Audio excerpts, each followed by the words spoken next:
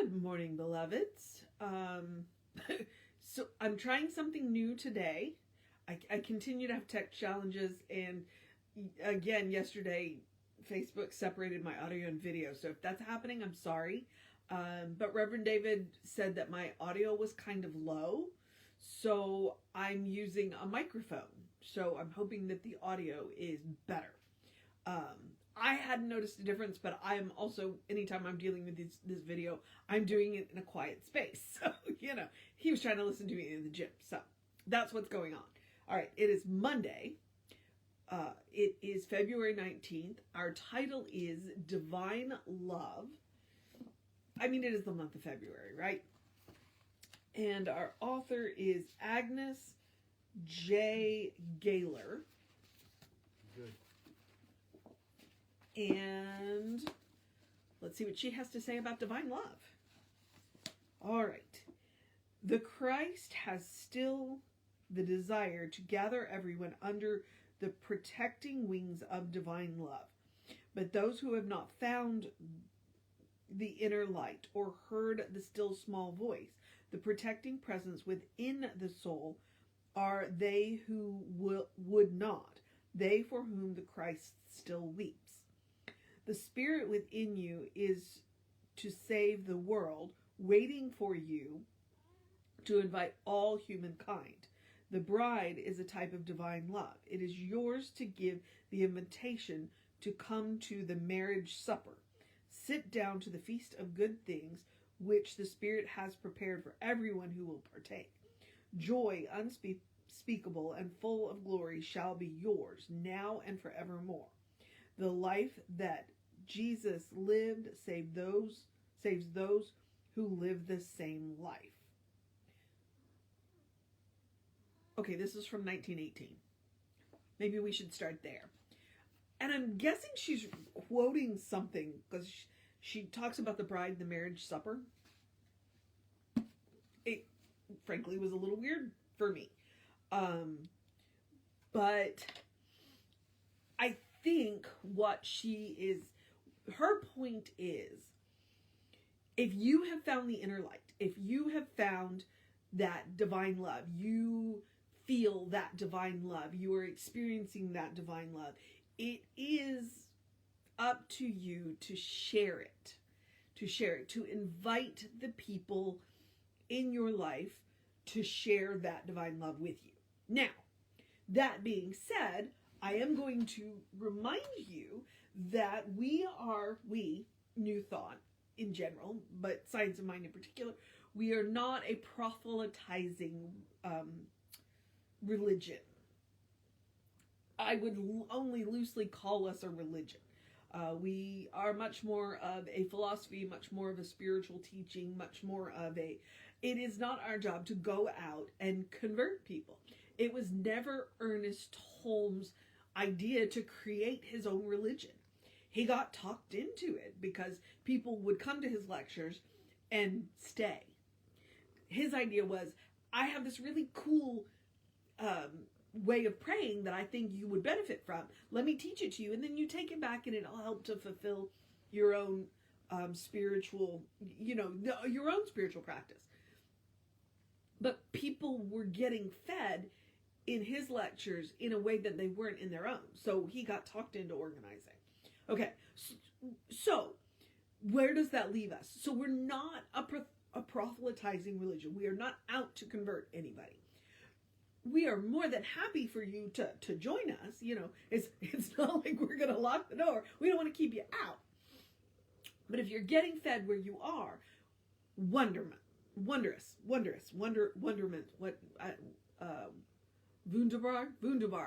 Who used to say that? Wunderbar. Huh. I'm going to have to think about that for a minute, because that's somebody from Wunderbar. Yeah, really.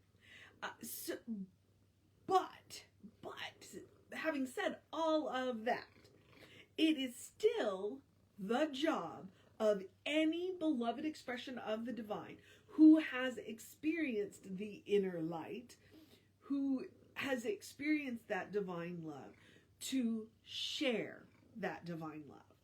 And how do we do that? Okay, so I give you a mission every day, right? And then I give you another mission, and the second mission is always about self-care. Well, it's about doing loving, kind, and compassionate things for yourself, right? Well, the reason I want you to practice on yourself is so that everything you do for everybody can be loving, kind, and compassionate. That's how we share that divine love. By not judging people, by seeing the good in people, by giving people, I hesitate to say the benefit of the doubt, but that now, if you know somebody is going to behave badly, you do not have to put yourselves in the reach of that person. You do not have to submit to nor tolerate their bad behavior. You can do, we can love them from a distance, but it is to make sure that when we are interacting with people, that we are interacting with them from the divine love. Now, the amazing thing about the divine love is it does come from an infinite source, and it does flow through us to the point that we are willing to accept it. Okay? Are you with me here?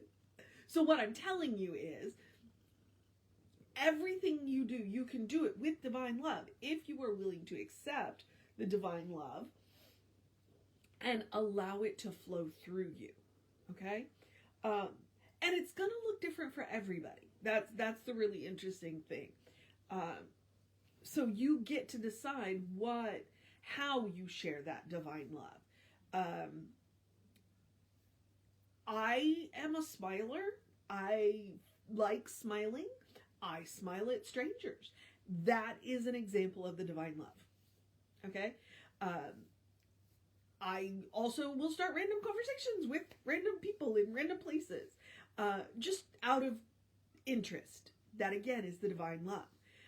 Anytime you do something that could be considered kind, compassionate, loving for another person, then I would argue that you are doing what she said, inviting them to the marriage feast. Anything that you do that makes another person's day brighter, or at least you're not adding to their burden. Maybe you can't lighten their burden, but you cannot add to it. I did mention earlier about judgment. That you are, that counts in my book for the divine love. I watch it at work all day, where we talk to customers, and one of the things that they ask us to do is, when we're checking them out, to keep them engaged in conversations. So frequently we'll pick something out and we'll compliment them on it. Oh, I really like your nail color. Oh, I really like your necklace. Oh, your hair looks really good today. And you never know that may be the only compliment that they receive all day. And but to watch them kind of light up, that's the divine love. That's what we're talking about. And that is how we share the divine love, and how did she say it? How we invite others to she's just using really archaic language. Let's see. How you invite all humankind. Okay? That the spirit within you is the spirit within you is to save the world, waiting for you to invite all mankind. Well, these are ways that we can do it. They are simple ways. They are harmless ways. They don't require us to put ourselves in danger to do them. They're simple and easy ways that we can invite humankind into the divine love by simply being kind. There is a difference between nice and kind. I read it one time. They were talking about in New York, where they're very abrupt and not particularly nice, and yet if a woman's struggling with a stroller on stairs, they may not say anything, but they'll grab that stroller and help her up the stairs.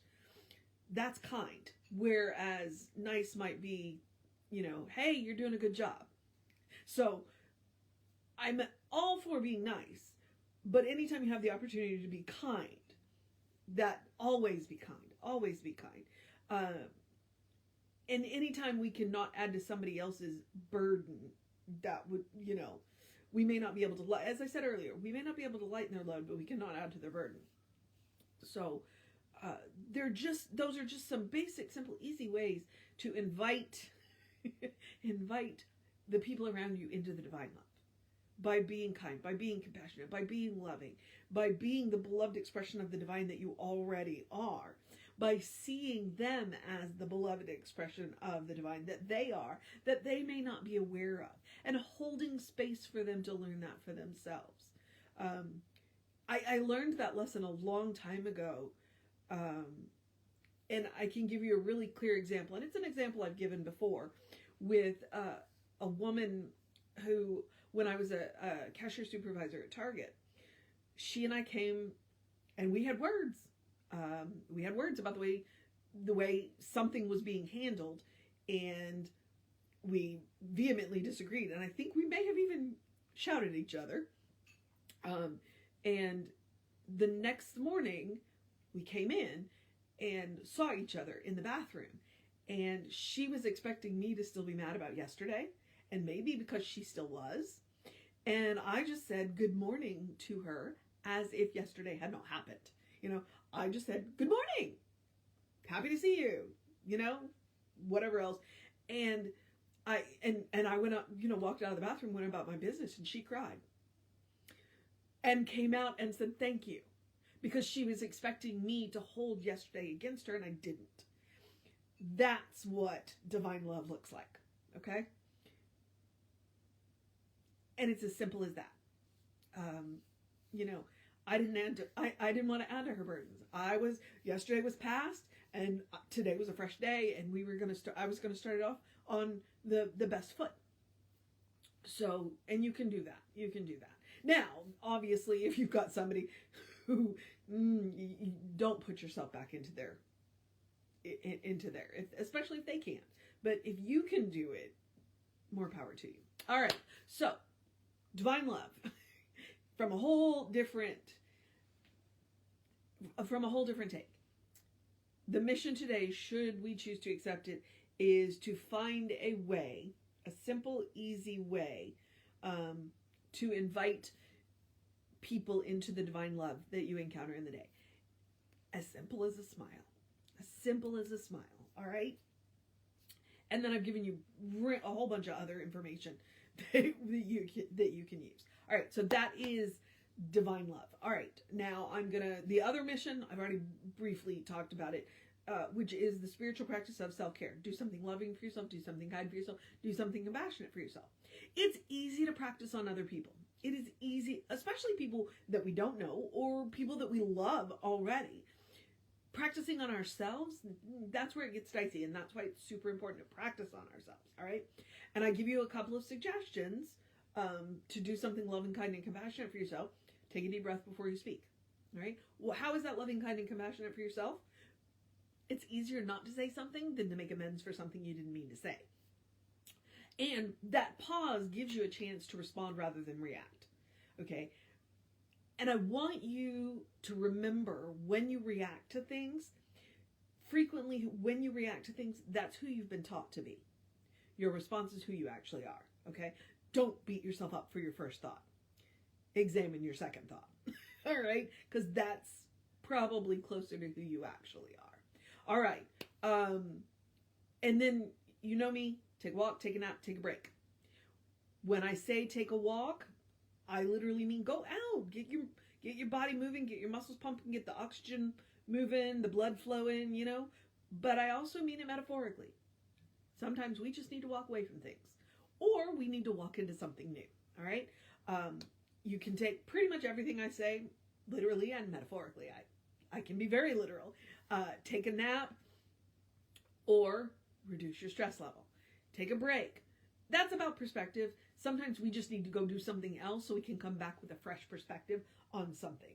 I also like to say eat dessert first. Do I mean it literally? Heck yeah! Occasionally, you gotta have that piece of chocolate. In my world, chocolate is the first step to fixing anything. It's not the end all and be all because it won't fix everything, but it's a good first step. But it also means don't save the good stuff. Don't save the good stuff. And I always want to remind you about joy, simply because if you watch the news, which I try not to, because the news will convince you that the world is crazy. But you walk out your front door and you know the world isn't crazy. Parts of the world are crazy. No matter what is going on in the world, no matter what is going on in your life, you still deserve joy. Please make room for joy. All right. So practice love, kindness, and compassion on yourself. You are your own best test subject, but most importantly, you are a beloved expression of the divine. You deserve your own love. You deserve your own kindness. You deserve your own compassion. Okay? Practice on yourself. The rest of the suggestions are basic self-care. If you're going to live life's servants, which we do, you can't pour from an empty cup. So do something to engage your mind and your body, whatever that looks like for you. Drink plenty of water. Hydration is super important. You know how I feel about it. In the peak of the summer and the height of the winter. For mostly the same reason, you end up dehydrated. In the summer because you're sweating, in the winter because the heat's running. And when we're cold, we don't think about drinking fluids. So, your skin looks better, your body works better, and your brain works better when you are well hydrated. Drink plenty of water. Get that early in your morning bright light. One of my apps said it was 33 and the other app said it was 39. I don't know. It didn't feel too bad, but the wind wasn't, because the wind is what got us over the weekend. It was so cold because of the wind. The sun felt really good. The sun. So that 5 to 10 minutes of bright light that you can get as soon as you get up, that as soon as you can get and go get that 5 to 10 minutes of bright light, it'll help to reset those circadian rhythms. You will have more energy during the day. You will sleep better at night. It's science. You can look it up. Look up circadian rhythms. It starts with a C. All right. So 5 to 10 minutes. They say between 7 and 9 is the best time for the angle of the sun and what have you. And like I said, it's only 5 to 10 minutes. If that is out of your scheduled times, then the light in your house is not giving you what you need, Google sun lamp or seasonal affect disorder lights. They're not expensive. Do not spend a whole lot of money on them. Okay. But they can be very, very helpful, especially in the darker part of the year. I'm already getting home in the daylight now, so it clearly we're on the other side of the short part of the year. All right. Yep, no, I'm at my Ernest Holmes quote. Open the windows of your soul. Allow the breath of heaven to remind you do live in heaven. Right here, right now. It's all around us. All the time. Okay, the last part's me. But the first part's Ernest, right? What that means two things to me. All right, one, it's all God. If you break us down to our most fundamental parts, we're all made out of the same stuff, right? So it's all God. It is all God. There's nothing but God. We are just individualized expressions of. So, but the other thing, what it means, what it tells me, and one of the other authors last month quoted Ernest as saying, heaven is not a locality. Heaven isn't a place. It's not a place we have to get to. Okay? Big there. It's a mindset. It's a state of mind. It's a state of consciousness. Milton tried to tell us this, you know. He told us that the mind is so powerful that it can create heaven out of hell and hell out of heaven. You know, the mind is what makes it so. Frequently, nothing is good or bad. It's the mind that makes it so. I think that's Shakespeare. That's what we're talking about. You can learn to create that heavenly mindset. Once you learn to do that, any place can become heaven. It moves from a state of grace to a superpower. Who wouldn't want that?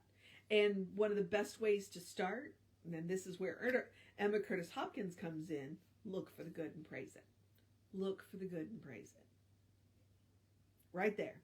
And what I've been leaning into this month is encouraging you either right before you get up, or, you know, right after you get up, or right before you go to bed, or maybe, you know, stop, drop, and roll in the middle of the day. Write down 3 things that you're grateful for. And try not to repeat them for at least a week. And if you can do that, try it for a month. And then post that list somewhere where you can see it. Gratitude will get you everywhere. And it is one of the best ways to start to create that heavenly consciousness. Jesus did say the kingdom of God is within you, right? It's a mindset. State of mind. All right. I find it interesting that the Egyptians threw the brain away because they thought the center of intelligence was the heart. Maybe they were onto something. All right, beloveds. I am at the social media part where I remind you we are Creative Life Spiritual Center, Creative Life Spark. I'm the running Rev Ryan on the social medias that I am on. I highly encourage you to go and to like and to follow and to subscribe and to share and do all that. It's a way that you can support us that costs you nothing but a click. All right. And when you subscribe to the YouTube channels, then it will notify you when we post new videos. So that way, I've been trying to cut little interesting snippets of Jessie out, or like Danielle's been doing poetry, so I've been snipping that out and putting that up separately. So if you just want to hear Danielle's poem, you can do that. And I did it on all 3 social medias, so you can't avoid her. All right, beloveds. And if you want to know what's going on with the center, email info at creativelife.org. That is the constant contact. The hot links are hot. And you only get 1 email a week because it's a real person doing it and he ain't got time for more than that. Okay. I am now at the part where I get to encourage you to have a great day, a wondrous day, a fantastic day, a magical day, an enchanted day, a wonderful day, an awesome day, an amazing day, a divine love day, a practicing day, a giving out invitations day, a get this party started day, and get this week started day, go dance in the sunshine day, enjoy the cool weather while we've got it day, a good day. And if that's too much pressure, simply have a day. You are enough just as you are. You're a beloved expression of the divine.